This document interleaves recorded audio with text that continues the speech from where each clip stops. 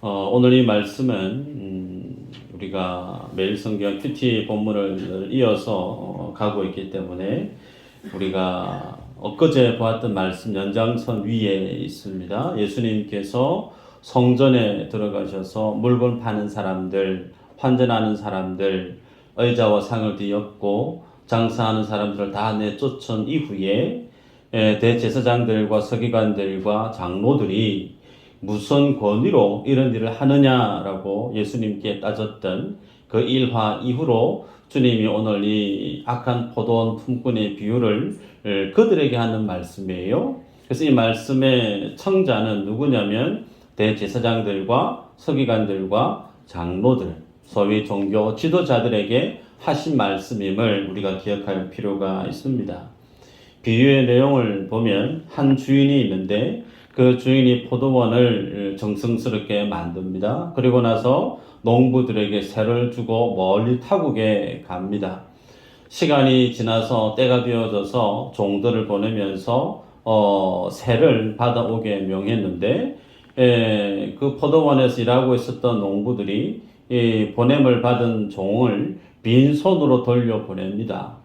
그래서 다시 또 종을 보내죠. 이번에는 때립니다. 때리고 상하게 하고 난 다음에 또 돌려보내요. 또 주인이 또다시 보냅니다. 이번에는 아예 그냥 죽여버립니다. 그 종을. 그래서 여기서 멈추지 않고 계속해서 주인은 또 다른 종들을 보냈는데 동일하게 그 종을 모욕하고 때리고 죽였던 일이 일어납니다. 결국에 이 주인이 어떤 생각을 하게 되냐면 마지막으로 남아있는 그 선택지가 자기 아들입니다. 자기 아들을 그들에게 보내면 그들이 내 아들을 만큼은 존대해 주지 아니하겠느냐 싶어서 그 아들을 보냈는데 결국은 그 농부들이 이는 주인의 아들이다 잡아 죽이자. 그리고 나서 그 모든 주인의 아들을 죽고 나면 그 유산이 우리의 것이 되지 않겠느냐 그러면서 그 주인의 아들을 잡아 죽이고 포도원 밖에 내버렸다는 거예요. 이런 이야기를 하고 난 이후에 주님이 하는 말씀이 뭐냐면 그 악한 농부들을 어떻게 해야 되겠느냐, 그들을 진멸하고 포도원을 다른 농부들에게 줘야 될 것이 아니겠느냐라고 그러면서 말씀을 전했을 때 읽었던 12절 말미에 보면 이 비유의 말씀이 그들에게 하는 말씀인 줄 알고 그들이 예수님을 잡고자 했으나 무리들 때문에 예수님을 잡지 못했다라는 표현을 언급하고 있죠. 그래서 예수님이 이 악한 포도원 품꾼에 대한 비유의 말씀을 전했을 때 그 말씀을 전해 들었던 대제사장들과 서기관들과 장로들은 예수님이 하시는 그 말씀이 나에게 하는 말씀인 줄 알았다는 거죠.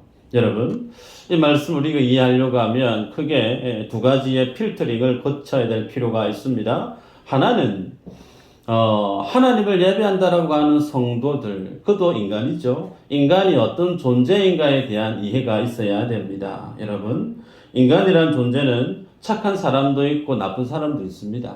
선한 일을 하는 사람도 있고 악한 일을 하는 사람도 있어요. 그러나 그 삶의 모습이 하나님이 바라보실 때 크게 많이 다르지 않다는 거예요. 착한 일을 하는 사람도 선한 일을 하는 사람도 성실한 사람도 결국에는 자기의 유익을 위해서 자기의 영광을 위해서 애쓰고 수고하는 사람들이라는 사실을 우리는 인정해야 됩니다. 그래서 윤리적으로 도덕적으로 다른 사람보다 더 뛰어난 삶을 살려고 애를 쓰는 사람, 그 이면에는 자기의 평판을 챙기기 위해서 그러한 삶을 살 수 있죠. 교회 안에서나 혹은 다른 종교에서 모범적인 종교 행위를 열심히 일삼고 구제를 하고 다른 사람을 돕고 착한 일을 많이 하는 그런 많은 사람들의 행위 이면에도 자기의 명성과 자기의 자랑을 챙기기 위한 마음이 그 이면에 자리하고 있음을 우리가 부인할 수가 없습니다. 그래서 오늘 본문은 그들이 누구냐면 바로 대제사장들과 서기관들과 장로들, 소위 종교 지도자들이었다는 거죠. 많은 사람들 앞에 서 있는 그들의 지위와 위치가 많은 사람들을 지도하고 가르쳐야 되는 그 위치에 있었기 때문에 어느 누구보다 거룩한 삶을 지향해야 되고 올바른 삶을 자랑해야 될 그들의 삶의 이면에 주님이 무엇을 지금 지적하고 있느냐면 그들이 열심을 내서 아름답게 꾸미고 살았던, 속은 전혀 그렇지 않지만 겉으로 드러나는 모습은 좋기 훌륭하다라고 하는 그 외식적인 가면들을 주님이 지금 신랄하게 비판하고 그 모습에 대해서 지적하는 본문이 오늘 비유에 대한 말씀입니다.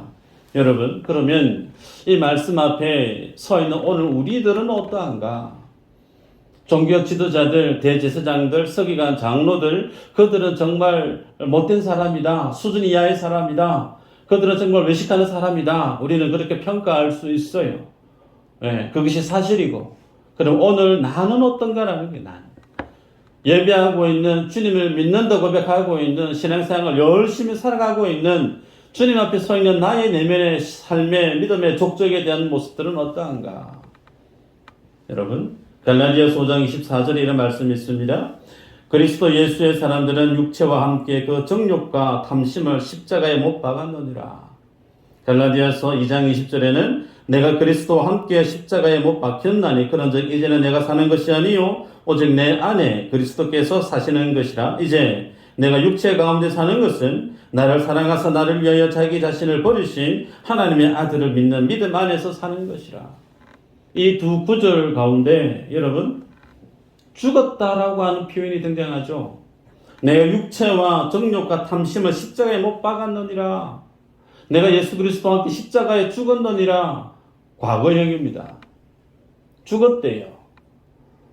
욕심과 탐욕과 탐심과 죄의 소욕들이 이 주님이 십자가 달려 죽으실 때 나도 분명히 죽었다라고 성경에 언급하고 있습니다.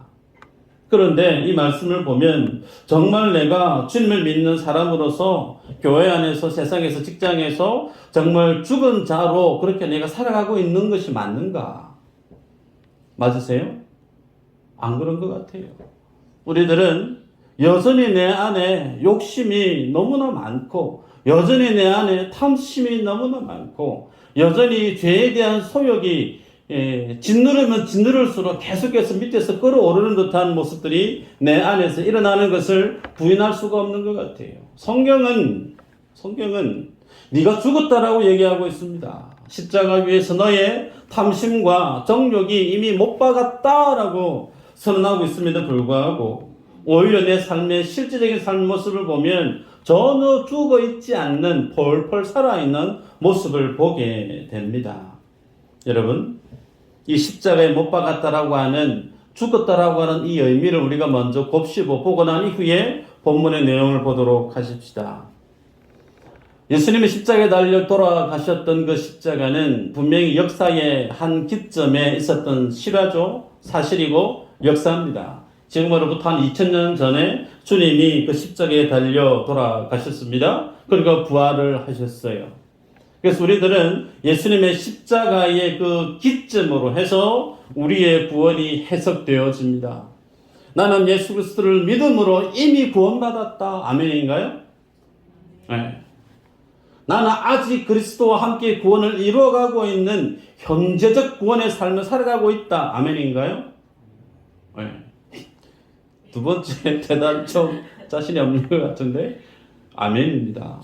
우리는 이미 구원받았으면서 동시에 구원을 읽어가고 있는 이미와 아직 사이에 있는 우리의 구원의 모습임을 성경이 우리에게 말씀합니다.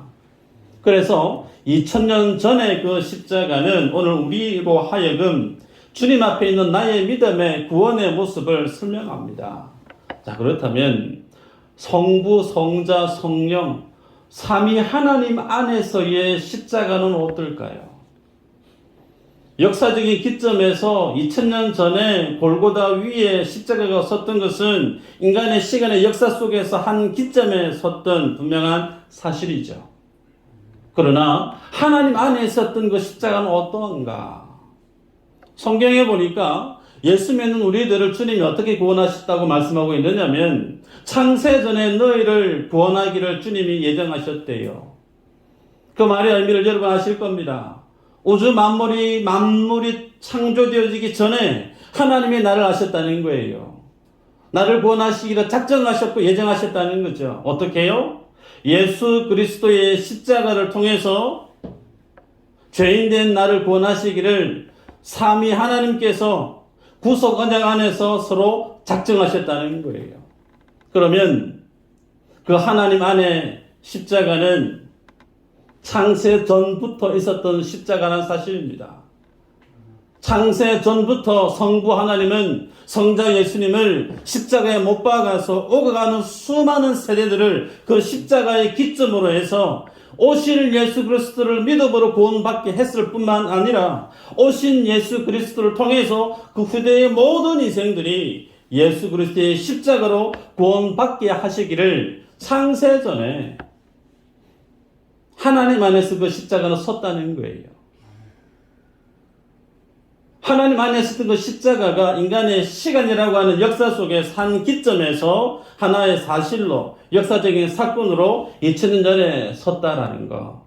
그러면 그 하나님 안에 있는 그 십자가는 지금도 여전히 서 있습니다. 그래서 우리들은 주님을 믿는 하나님의 사람으로서 십자가 앞에 설 때에 여전히 내 안에 있는 모습은 그 십자가의 사건 앞에서 나로 하여금 하나님의 자녀답게 살게 만드는 역동적인 그리고 살아있는 십자가의 사건을 우리는 날마다 대면하듯 살아가야 됩니다. 여러분, 갈라디아서에서 전에 읽어드렸던 말씀을 보니까 정과 탐심을 그리고 내가 예수 그리스도와 함께 못 박아 죽었다라고 했는데 분명히 성경은 선언하듯 내가 주님과 함께 십자가에 죽었다고 선언하고 있는데 생활 속에 내 안에 있는 모습을 발견할 때마다 내가 죽지 않고 여전히 죄의 소욕이 나를 충동질하는 그 모습을 볼 때마다 우리는 어디로 가야 될까요? 십자가 앞으로 가야 됩니다. 그래서 그 십자가는 주님이 땅에 오시는 그날까지 전혀 흔들림이 없습니다. 그 십자가는 지금도 우리로 하여금 하나님의 자녀답게 살게 만드는 구원의 기점이 되고 우리의 삶의 내용으로 우리 삶들 속에 그 삶의 모습을 채워가야 될 구심점임을 성경 우리에게 말씀합니다. 여러분, 그러기에 이 십자가 안에서 우리가 주님 앞에 구원을 얻었고 십자가 안에서 지금도 주님 우리를 구원해 가고 있다는 사실을 유념하시고 오늘의 본문으로 들어가십시다. 마가복음 오늘 12장의 이 본문은 병행 본문으로 해서 누가복음의 이 10장에 똑같이 기록하고 있습니다. 16절 17절의 내용을 보면요, 그런 일이 일어나지 않기를 원합니다 라는 표현이 있어요. 무슨 얘기냐면 포도원 품꾼들의 그 악한 행위들에 대해서 진멸이 되지 않겠느냐라고 했을 때 그 얘기를 들었던 무리들이 그런 일이 일어나지 않기를 원합니다 얘기했다는 거예요. 이 말의 의미는 설마 그 주인의 아들까지 그들이 죽이겠습니까? 라는 거죠. 설마 주인의 종들은 죽였다 손치더라도 주인의 아들까지 어떻게 죽일 수 있겠습니까? 라는 뜻인데 그런 어떤 답을 듣고 난 이후에 오늘 우리가 읽었던 본문 10절 12절까지 보면 주님이 건축자들이 버렸던 그 돌이 모퉁이 돌이 되어졌다라고 얘기하면서 이것이 주로 말미암아 되었다라고 하는 그 내용을 너희들이 읽어본 적이 없느냐 그렇게 다시 되묻는 것을 보게 되죠. 정리하면 이 비유 속에서 건축자의 버린 그 돌은 누구를 지칭하고 있느냐면 주인의 아들, 그 주인의 아들을 보냈더니 잡아 죽여버렸어요. 그 주인의 아들이 누구죠? 예수 그리스도. 그래서 이 비유 안에는 총 3가지의 스토리가 조합되어져 있습니다. 첫 번째는 포도원의 이야기가 있어요. 이사야서 5장에 있는 내용이고요. 종들을 계속해서 보내는 선지자들에 대한 이야기가 있습니다. 이 내용은 예레미야 7장에 있는 내용이고 모퉁이의 돌, 건축자들이 버린 그 돌이 모퉁이 돌이 되었다라는 이 말씀은 시편 118편의 내용이에요. 이 3가지의 내용을 예수님이 조합을 해서 지금 대제사장, 서기관, 장로들에게 전하고 있는 겁니다. 여러분, 우리들은 성경을 열심히 보지만 유대인들만큼 그렇게 잘 알기가 어렵죠. 이해할 수 있습니다. 그죠? 그런데 주님이 하신 이 비유의 말씀을 전해 들었던 종교 지도자들 입장에서 보면 그 말씀이 어떤 내용이고 어떤 의도로 하신 내용인지 바로 알아듣습니다. 그들에게는 유대 문헌과 성경의 내용들을 너무나 익숙했던 말씀이기 때문에 주님이 인용하시는 말씀이 어디에 있는 말씀이고 어떤 배경에 하셨던 말씀인지를 정확하게 알 수밖에 없습니다. 한 예로 이사야서 5장 1절에 포도원에 대한 이야기가 있습니다. 1절에 보니까 나는 내가 사랑하는 자를 위하여 노래하되 내가 사랑하는 자의 포도원을 노래하리라. 내가 사랑하는 자에게 포도원이 있으며 심히 기름진 사내로다. 그러면서 포도원의 주인이 극상품 포도를 심기 위해서 심었다는 거예요. 그런데 결과물이 뭐냐면 덜포도가 맺혀졌다는 겁니다. 그래서 이 덜포도가 맺혀진 결과물을 두고 설명을 7절에 이렇게 합니다. 무릇 만군의 여호와의 포도원은 이스라엘 족속이요 그가 기뻐하시는 나무는 유다 사람이라. 그들에게 정의를 바라셨더니 도리어 포악이요 그들에게 공의를 바라셨더니 도리어 부르짖음이었도다. 하나님이 이 원하시는 열매가 공의였다는 거예요. 공의를 원해서 포도원에 이스라엘 백성들을 심었는데 그 나무는 유다 지파라는 겁니다. 그렇게 심었는데 맺혀졌던 그 결과가 뭐냐고 얘기하냐면 포악이라는 거예요. 포악. 그리고 하나님이 공의를 심고 바랬는데 그 안에 부르짖음이 그 땅에 가득해 버렸다라는 겁니다. 그래서 그 말씀 가운데 말씀을 드렸던 것처럼 이스라엘을 상징하는 것은 포도원이고 포도나무의 열매를 맺히는 것은 유다 지파를 뜻합니다. 그리고 그 포도원에서 일하고 있는 사람들은 누굴까요? 소위 종교 지도자들입니다. 여러분, 이 말씀이 이와 같은 결과를 낸 이유가 있습니다. 극상품 포도를 심었는데 왜 극상품 포도가 나오지 않고 덜포도가 맺혀질 수밖에 없었느냐? 여러분, 오늘 본문에서 우리가 발견할 수 있는 사실이 하나 있죠? 분명히 그 포도원의 주인은 주인의 것이에요. 다만 그 주인이 멀리 타국에 가 있을 뿐이죠. 그런데 실질적으로 그 포도원에서 일하고 있는 사람들은 농부입니다. 그들은 세를 얻어서 그 포도원 안에서 일하고 있는 사람들에 지나지 않습니다. 자, 그러면 이 말씀을, 이 비유의 말씀을 우리에게 그대로 가져와 버리면 어떻게 되는가? 포도원이 무엇에 해당되어질까?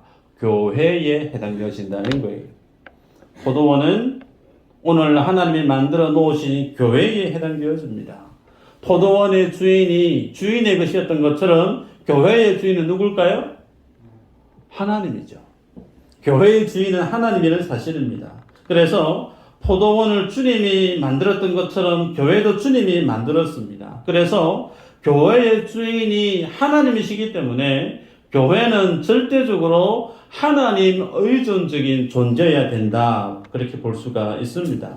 그런데 하나님이 만드신 포도원과 교회 반드시 뭘 해야 되느냐면 열매를 맺어야 된다는 거예요. 포도농사 짓는 사람이 관상용으로 포도나무 심는 사람 아무도 없죠. 여름에 주렁주렁 맺히는 탐설은 포도를 기대하는 마음으로 포도나무를 심는 것처럼 하나님이 교회를 만드신 이유는 교회 안에 하나님이 원하시는 목적이 있다는 거예요. 그걸 우리는 열매라고 표현할 수가 있습니다. 여러분, 포도원 주인이 포도를 과수원에 포도원에 심었을 때 그 열매 맺히는 것은 오롯이 어디에 포커스가 잡혀져 있어야 되냐면 그 포도원의 주인이 원하는 거예요. 내가 원하는 크기, 내가 원하는 색깔, 내가 원하는 어떤 수량, 여기에 포커스가 잡혀 있어야 됩니다. 마찬가지죠. 하나님이 만드시는 교회 안에 교회가 맺어가야 될 그 열매는 하나님이 원하시는 영광, 하나님 원하시는 그 뜻에 부합된 결과물 드려야 된다는 사실입니다. 그 안에 그 포도원에서 일하는 사람들의 복지, 그 안에 일하는 사람들의 어떤 자기 행복, 자기 이익, 혹은 자아 실현, 하등의 주인의 목적과 상관이 없어요. 그 말의 의미는 하나님께서 교회를 만드셨을 때에 교회가 맺어가야 될 그 열매 안에는 오롯이 하나님의 뜻이 또렷이 결실로 드러나야 된다는 사실이죠. 그 속에서 주인이 하나님임을 아는 자는 그 주인의 뜻에 맞게 열매를 결실하게 살아가는 거예요. 근데 반대로 주인이 멀리 타국에 가 있다 보니 그 포도원의 주인이 자기 자신인 줄 아는 사람은 주인이 원하는 그 열매에 대해서 별 관심이 없다는 겁니다. 그래서 주인이 멀리 가고 안 보이니까 내가 원하는 것을 열심히 구비해가고 챙기기 바빴다는 거예요. 그들이 누구였죠? 대제사장, 서기관, 장로들이었다는 거예요.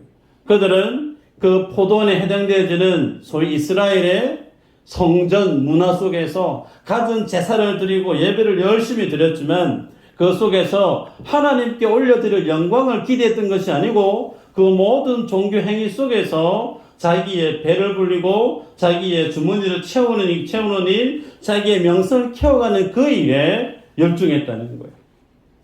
하나님의 뜻이나 하나님의 영광하고는 전혀 무관한 오롯이 자기를 위한 삶을 위해서 성전 안에서 그 종교 행위를 했음을 주님이 지금 비유로 지적하고 있는 겁니다.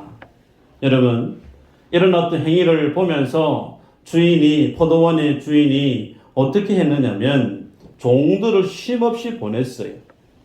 예레미야 7장 25절 26절에 기록하기를 너희 조상들이 애굽 땅에서 나온 날부터 오늘까지 내가 내 종 선지자들을 너희에게 보내되 끊임없이 보내었으나 너희가 나에게 순종하지 아니하며 귀를 기울이지 아니하고 목을 굳게 하여 너희 조상들보다 악을 더 행하였느니라.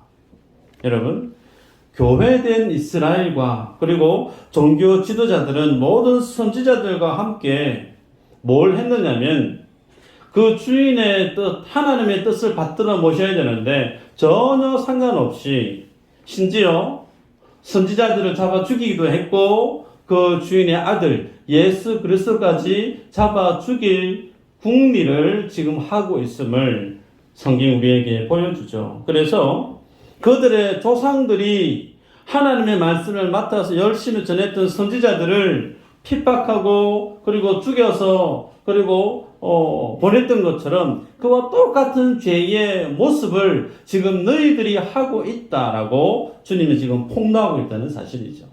그래서 성전 안에서 쉼없이 제사가 이루어지고 있음에도 불구하고 그 모든 제사와 예배의 모습은 결국은 하나님과 전혀 상관이 없고 대제사장과 서기관과 장로들의 즐거움을 위한 종교적 유희로 전락되어져서 주님은 그 모습을 두고 너희는 하나님의 전을 만민이 기도하는 그 하나님의 그 집을 강도의 소굴로 만들어 버렸다라고 주님이 책망하지 않았습니까?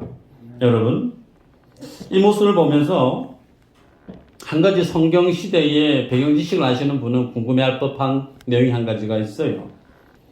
이 시대에 지주들은 사병을 거느리고 있었던 시대입니다. 사병. 그러면 자기가 보낸 종들을 계속해서 죽이고 핍박하고 모욕 주는 그 모든 악한 농부들을 어떻게 하면 될까요? 자신의 아들을 보낼 때 아들만 보낼 것이 아니고 그 아들 주위에 호위병 무사를 다 거느리고 가서 포도원의 악한 그 모든 품꾼들을 다 정리하면 깨끗하게 해결될 법한 모습 아닙니까? 그런데 주인은 전혀 그 방법을 쓰지 않습니다. 자기에게 있는 권위가 있고 권력이 있고 힘이 있음에도 이 주인은 그렇게 하지 않아요. 그냥 달랑 자기 하나밖에 없는 그 독생자를 자기의 종을 죽여 보냈던 악한 그 품꾼들에게 보내는 거예요. 결국은 어떻게 해요? 그 아들마저 죽게 만들어 버렸던 장본인이 누구죠? 주인이. 여러분, 이 모습을 통해서 이 비유의 말씀이 지금 무엇을 우리에게 비춰주고 있느냐면 하나님이 이 땅을 구원해 가시는 구원의 방식, 소위 죄인들을 구원해 내시기를 원하시는 아버지 하나님의 뜻이 무엇인지를 지금 이 비유 가운데 보여주고 있는 겁니다. 여러분, 우리 같으면 약간 포도원에 이 농부들 그냥 다 정리하고 싶은 마음이 큽니다. 실제로 이사야의 말씀을 보면 들포도를 맺었던 그 악한 이스라엘들을 주님이 심판하시겠다, 진멸하겠다라는 말씀이 있습니다. 그런데 오늘 본문에서 예수님은 이사야에서 있는 그 말씀에 대한 대처 방식이 아닌 전혀 다른 방식을 차용합니다. 10절에 너희가 성경의 건축자들이 버린 돌이 모퉁이의 머릿돌이 되었나니 라는 말씀을 주시면서 그 주인의 아들이 무엇과 오버랩 시키느냐면 건축자들이 버렸던 돌로 주님이 제시하고 있는 거예요. 여러분, 왜 주님이 지금 이런 방식을 하고 있을까요? 쉽게 갈 수 있는 길이 있어요. 악한 사람 그냥 싹 다 정리해버리면 쫓아내든지 뭐 어떻게 하든 쉽게 갈 수 있는 길이 있는데 왜 자신의 아들을 죽기까지 하시면서 이런 일들을 하고 있을까? 여러분, 하나님은 죄인들이 그 죄의 자리에서 못 돌아오게 하십니다. 다시 얘기합니다. 주님이 자신의 종들을 때리고 죽였던 그 악한 죄를 모를 리가 없어요. 다 압니다. 그런데 거기에 더해서 더 완전한, 더 분명한, 변명할 수 없는 너희들은 죽어 마땅한 죄인이라고 하는 그 사실을 자신의 아들을 그들에게 보냄으로 인해서 우리가 그 아들을 죽였습니다 라고 하는 그 죄, 도무지 변명할 수도 없고 부인할 수도 없고 분명한 완전한 그 죄의 가장 밑바닥에까지 그들의 삶의 모습을 내버려둡니다. 왜요?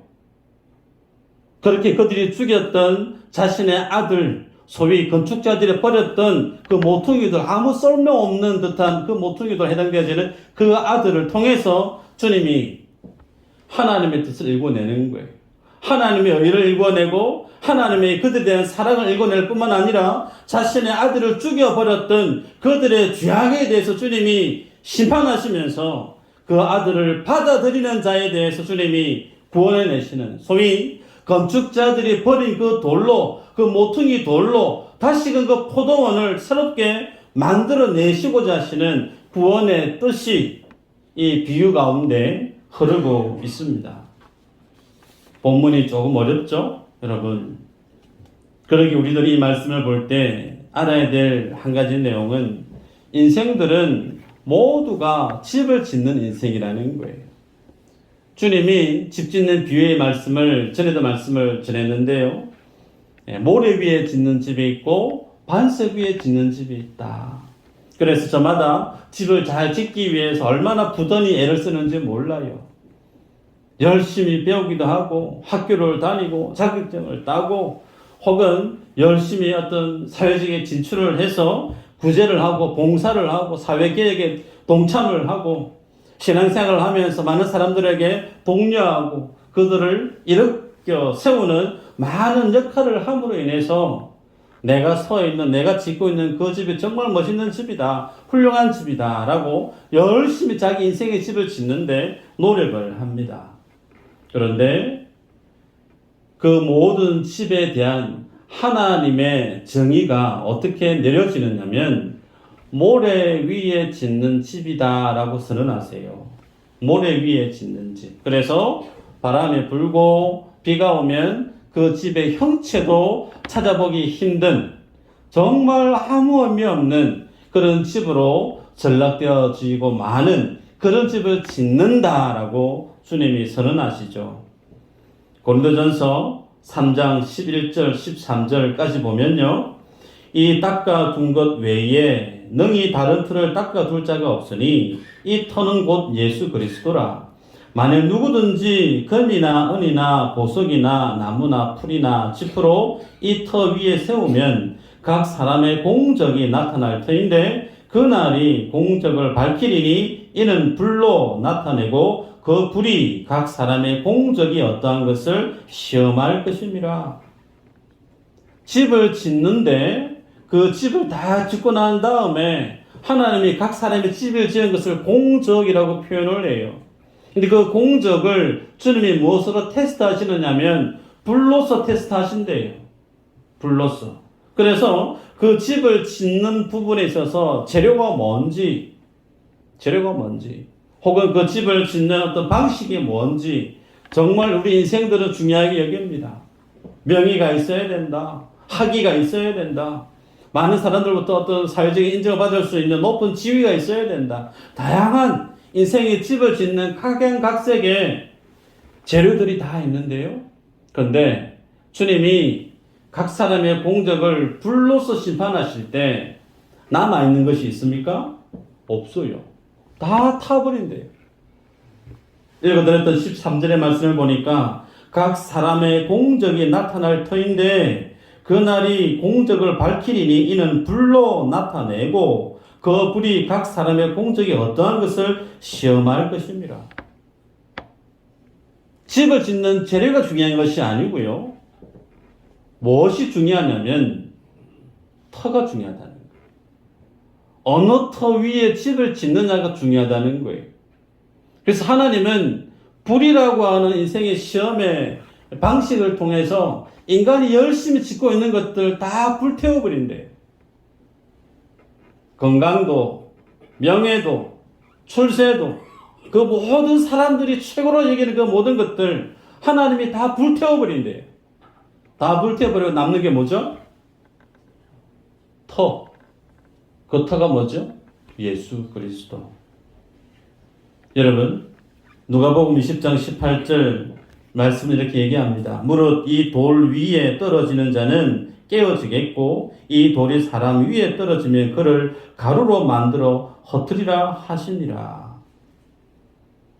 오늘 읽었던 본문에 대한 내용은 주님이 모퉁이 돌이 되어져서 그 모퉁이 돌에 어떤 것도 부딪히면 다 가루로 박살을 내버리겠다는 거예요. 고린도 읽었던 3장에서 13절에서는 하나님이 불로서 그 공적을 시험하시겠다. 같은 뜻입니다. 결국은 주님이 지금 뭘 하시겠다고 말씀하고 있느냐면 예수 그리스도를 믿고 구원을 얻은 성도는 오직 그 삶들 속에 뭘 쌓아가야 되고 어떤 열매를 맺어가야 되는지에 대해서 말씀하고 있습니다. 여러분, 예수 믿는다는 거 오늘 새벽에도 그렇게 말씀드렸지만요. 예수 잘 믿는 것은 자기 비우기를 잘 하는 사람이에요. 예수 잘 믿는다는 것은 자기 자신을 내려놓음을 잘 하는 사람이에요.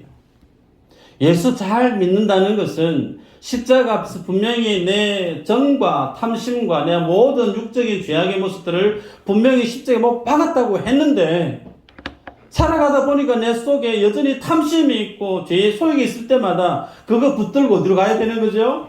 십자가 앞에 다시 가는 거예요. 십자가 앞에 가서 그것을 하나씩 다 내려놓고 하나님이 기뻐하지 않는 것들 내가 열심히 쌓아가고 있는 것들 하나님은 열심히 그 깨부시는 작업을 하십니다. 종국에는 부인할 수 없는 사실 한 가지는 저도 죽고 여러분도 죽을 날이 있을 거예요. 주님 앞에 서는 날이 있을 때 내가 가져갈 수 있는 것들이 뭐가 있을까요? 가지고 갈 수 있는 거 하나밖에 없어요. 주님께 올려드릴 열매 그거밖에 없습니다. 거기에는 돈도 없고요. 거기에는 명예도 없고요. 거기에는 어떤 내가 행했던 그 모든 것도 아무것도 없어요. 주님 우리에게 원하시는 것은 자신의 아들을 우리에게 삶의 터전으로 주셨던 예수 그리스도 위에서 그 주님이 우리에게 주신 것을 받아 누리고 살았던 소위 주님이 기뻐하시는 열매, 주님이 인정하시는 열매, 그거 외에는 우리가 들고 하나님 앞에 나아갈 수 있는 것이 아무것도 없다는 거예요. 말씀을 맺습니다. 우리들이 교회라고 하는 공동체 속에서 예수 그리스도를 배워 가셔야 돼요. 교회라고 하는 공동체 속에서 십자가가 뭔지에 대해서 배워 가셔야 돼요. 십자가는 관상용이 아닙니다. 십자가는 내 삶들 속에 예수님이 걸어갔던 그 삶의 족적을 내 인생 속에 새겨 가셔야 되고 내 인생 속에 채워 넣어가야 될 삶의 구심점이고 삶의 내용이라는 사실이죠. 우리들은 열심히 지금도 내 인생의 집을 짓는 건축자들이죠. 무엇으로 집을 짓든 그것은 우리의 자유예요. 그죠? 그런데 주님이 뭘 하시겠느냐? 불로 시험하시기 때문에. 건축자들이 버린 그 모퉁이 돌로 주님이 우리가 지은 그 모든 것들 테스트하시겠다는 거예요. 그래서 하나님과 전혀 무관한 이 교회의 주인된 주님의 뜻과 전혀 무관한 그 모든 것들 주님이 다 불태워버리겠다는 거예요. 그 말씀이 대제사장이었고 서기관이었고 장로들이었는데 그 얼들을 그들은 제대로 알아들었다고 얘기합니다. 그래서 그들은 그 복음 앞에 하나님의 은혜 앞에 자복하고 회개하는 모습으로 나와야 되는데 정반대로 예수를 잡아 죽이려고 했다는 거예요. 오늘 우리들은 어떻게 해야 될까? 이것이 복음이에요. 이것이 팩트입니다. 이것이 주님이 우리에게 주고자 하는 생명이에요. 이것이 진리고요. 그러면 우리가 이 한 주간 동안 말씀을 가슴속에 되뇌이면서 살아내야 될 삶의 숙제가 뭐냐면 주님이 기뻐하시는 나에게 원하시는 믿음의 열매가 뭔지를 고민하셔야 돼요. 주님이 원하시는 그 믿음의 열매를 맺기 위해서 나의 주인된 주님이 원하시는 그 열매, 그 열매를 우리가 고심하고 찾고 그것을 읽어가기를 몸부림치는 애쓰시는 이 한 주간의 삶이 되어지시기를 주의 이름으로 축복합니다.